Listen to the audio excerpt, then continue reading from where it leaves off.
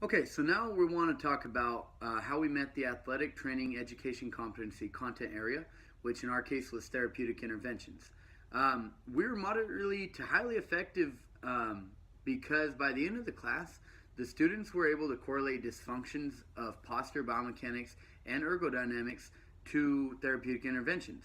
Um, this was proven through their test scores and the intellectual dialogue at the end of the class. This is pretty straightforward. We just want to make sure that the students were able to have strong correlations and create dialogue in between the two. So this one is pretty easy. And on a side note there, what really made it more effective for the students at adhering to this information was our debate infused dialogue when we talked about interventions and which ones are best for it and which ones are worst for certain dysfunctions. Yeah. Okay, so moving on to the next evaluation portion. We want to talk about how we met the knowledge and skills, the specific knowledge and skills, and the clinical integration proficiencies. And this specifically was TI 18, which stated explain the relationship between posture, biomechanics, and ergodynamics, and the need to address these components in a therapeutic intervention. And that was straight out of the NATA education competencies. How effective was the lesson in meeting this knowledge and skills of this competency? Very effective, because we explained differences very thoroughly between regular functioning and dysfunctions for postures, biomechanics, and aerodynamics. We really stressed the repercussions of having poor position mechanics and ergodynamics and addressed the risk factors that come with those. We even addressed possible therapeutic interventions within the exam for designated dysfunctions that perhaps weren't brought up by the students or that we didn't talk about in the middle of class. So we brought it up at the end so that we had mention of them. Okay, so now let's talk about how our classroom setting was addressed just briefly here. Our classroom had open spacing. We wanted to make sure that we had room for groups for learning activities from different learning styles.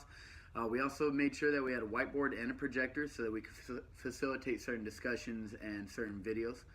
We wanted to make sure the classroom was well lit so that students weren't getting bored and it wasn't a dreary classroom. We also made sure that it was a 9 a.m. morning class. We didn't want to be in the night so that the students were all tired after a long day of clinical hours or whatever else they had going. And at the end of it all, Quade and I just wanted to make sure that we had a welcome environment, and we wanted to make sure that the students knew that we were open-minded and that they could engage in dialogue and engage in learning. To really ensure and fortify that this happened, we utilized what's known as the integrative model within team teaching. This model allows us as instructors to play a variety of different roles to help foster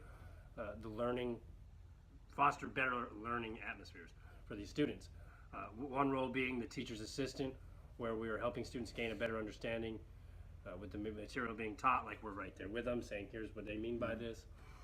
Student instructor, in which we're allowing students to see that us as instructors, we're learning and we're asking questions to help us learn as well as the students, because that's what it should be about, is everybody learning together, not just us telling you, but us all learning as one. We use the model learner, where we would ask relevant questions to generate meaningful responses. We would also play the observer role, where one of us, when we're not educating, would pay attention to the class, see if anybody's not paying attention, help engage people who look as if they're falling behind a little bit.